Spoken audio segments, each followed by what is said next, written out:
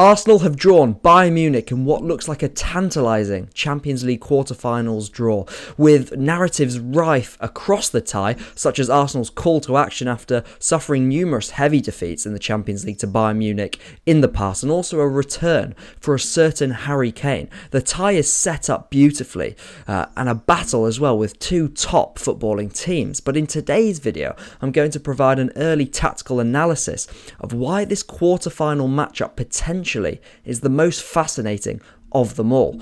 I think when you get to this stage in the Champions League, ascendancy in the fine margins and key dynamics and battles across the pitch sort of determine the outcome more than any general quality or tactical superiority, which Arsenal probably have the edge on. But for Arsenal, Arteta has been building a side capable of battling on many fronts, especially in these fine margins.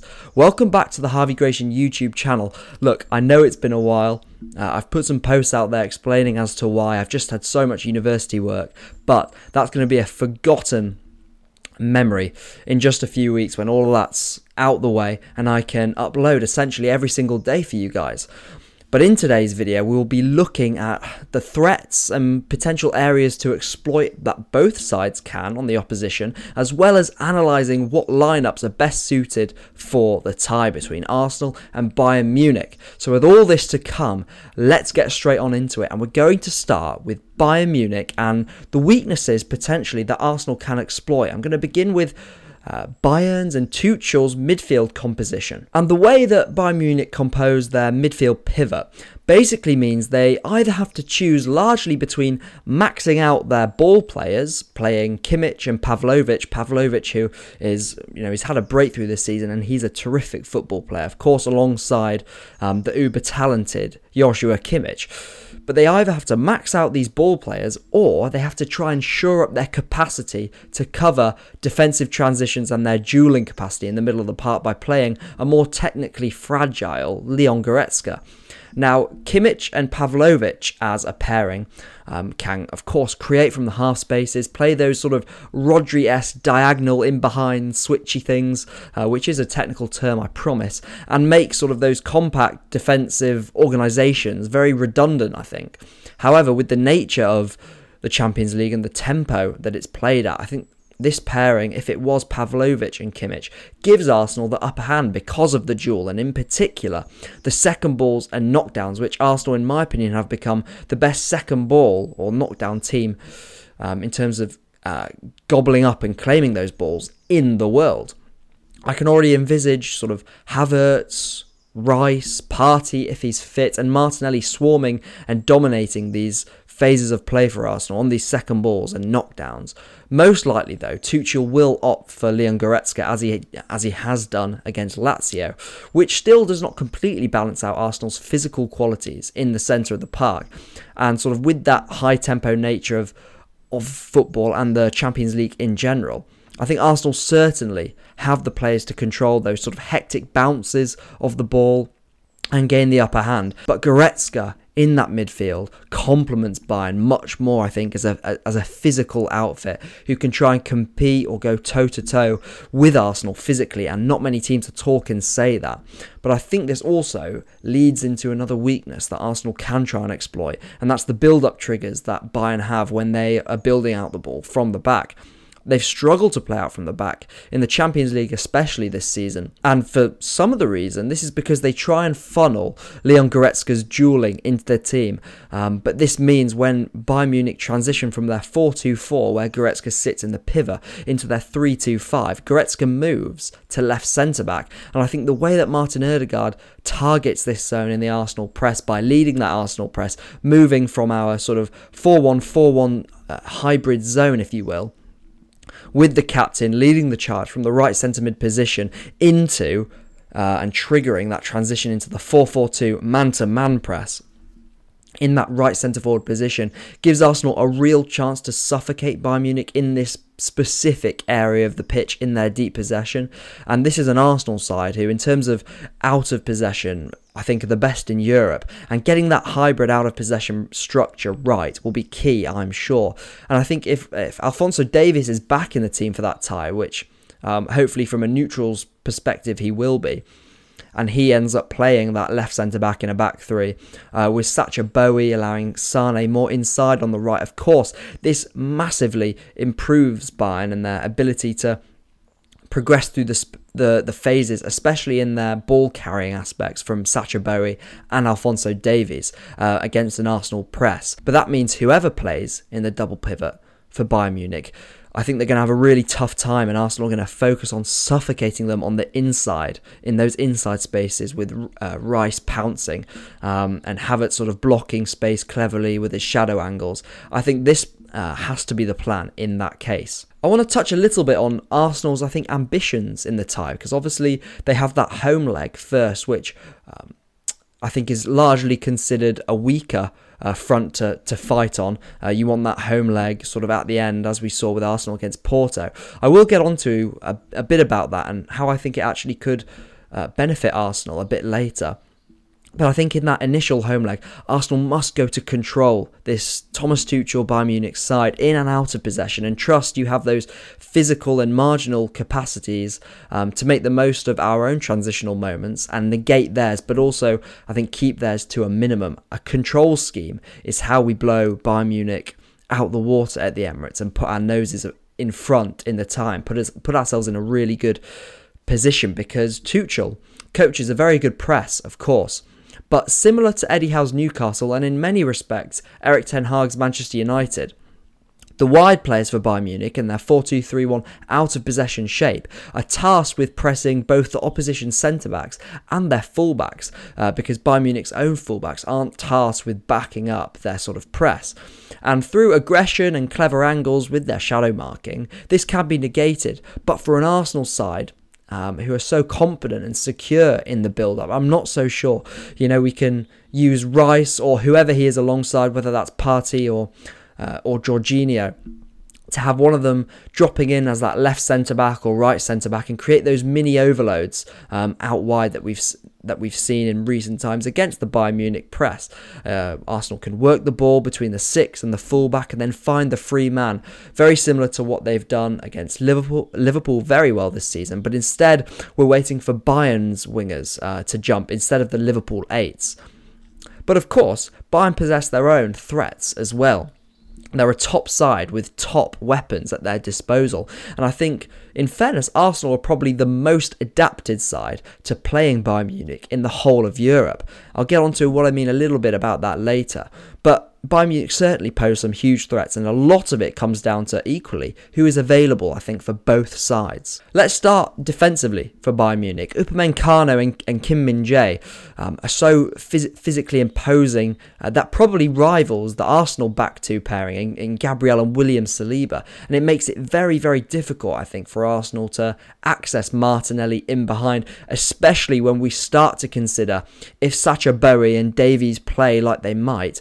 Arteta will be very happy for the pair of Arsenal wingers to track back in our out-of-possession shapes to sort of watch where the fullbacks go, similar to as we've seen with the Porto fullbacks, especially Wendell at the Emirates, and also against Manchester City at the Emirates when Guardiola was playing in that unique role. Same with Kyle Walker joining their front five on the right. And I think if Martinelli is sort of controlled by Bayern Munich in this way, this is why I think the false transitions for Arsenal that we can create in the centre of the park, winning those knockdowns and getting on the ball and turning, will be absolutely key. Winning those second balls, I think Havertz being an outlet and a carrier in transition to help give us more than just one dimension in Martinelli to attack the space in behind, which is something Kai Havertz allows us to do from the centre forward.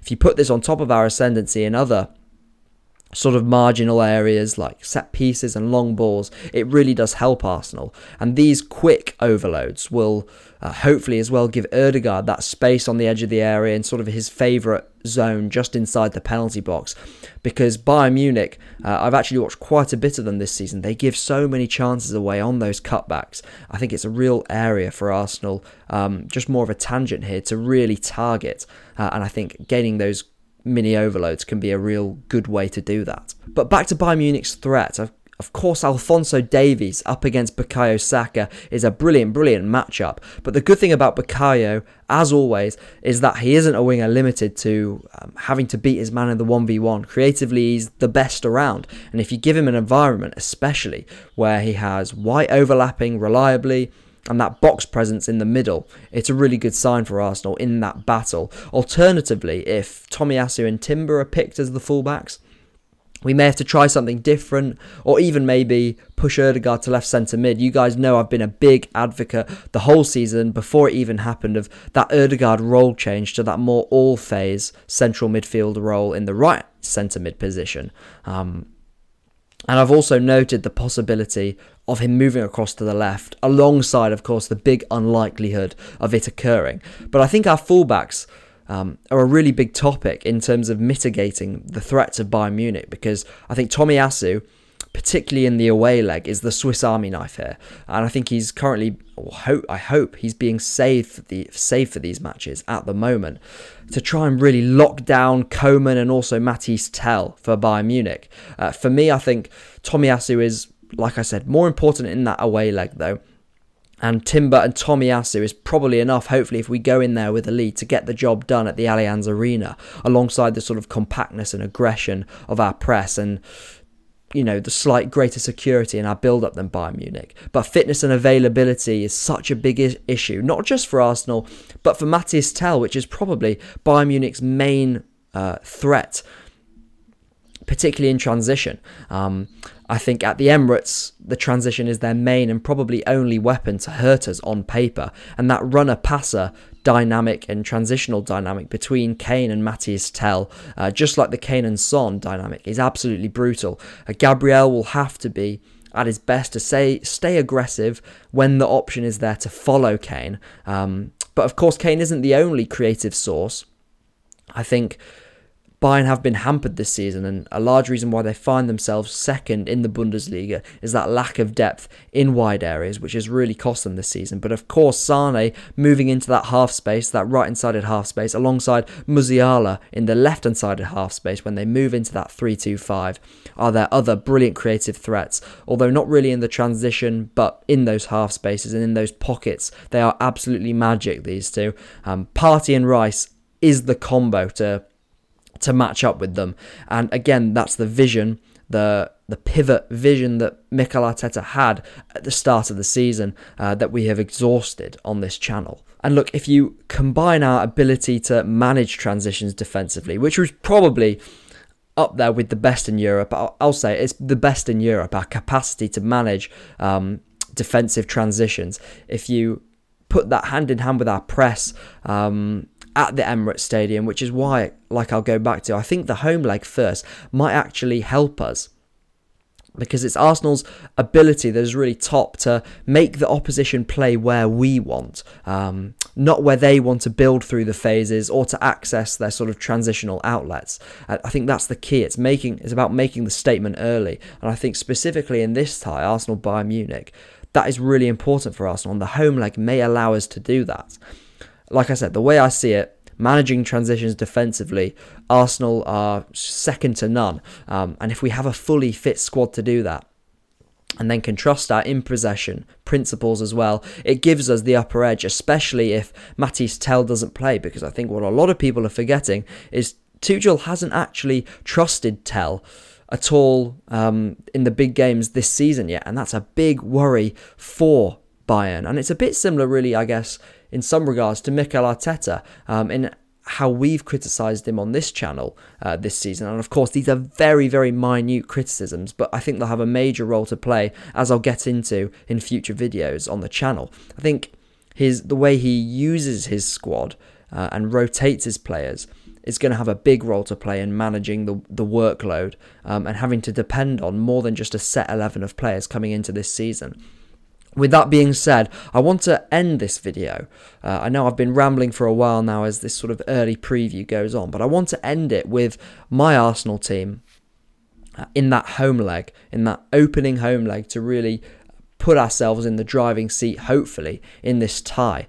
And it's the team I've explored essentially the whole season. It's Arteta's Manchester City blueprint or template, whatever you want to call it. And I think this is the side that gets us through Bayern Munich, especially in that first leg. I think it's Raya in goal, Timber at left back, White as the other fullback.